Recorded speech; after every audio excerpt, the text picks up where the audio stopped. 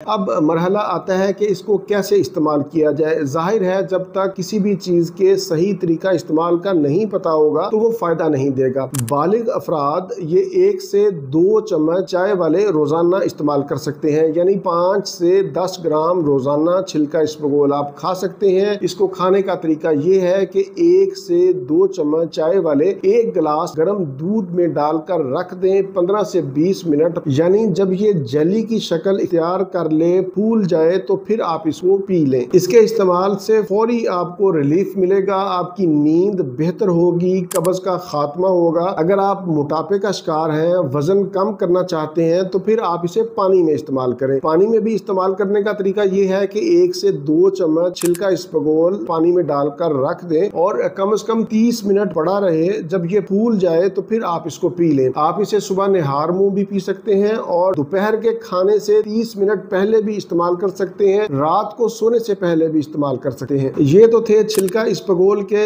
فوائد اور اس کو استعمال کرنے کا طریقہ۔ اب ہم چلتے ہیں اس کی احتیاطی تدابیر کی طرف۔ 2 سال سے کم عمر کے بچوں کو چھلکا اسبگول نہ دیں۔ 2 سال سے 5 سال کی عمر کے بچوں کو آدھا چمچ چائے والا سے بھی کم مقدار میں دیں اور ہمیشہ اس کو پانی یا دودھ کے ساتھ ہی استعمال کریں۔ اس کو کبھی بھی خشک استعمال نہ کریں۔ بہتر یہ ہے کہ چھلکا اسبگول کی شروعات آپ 1 چمچ سے کریں۔ جب آپ کو موافق آ جائے تو پھر آہستہ آہستہ آپ اس کی مقدار بڑھا سکتے ہیں۔ آپ اس کو 2 چمچ بھی استعمال کر سکتے ہیں۔ چھلکا اسبگول کو حاملہ خواتین اور دودھ پلانے والی مائیں بھی استعمال کر سکتی ہیں۔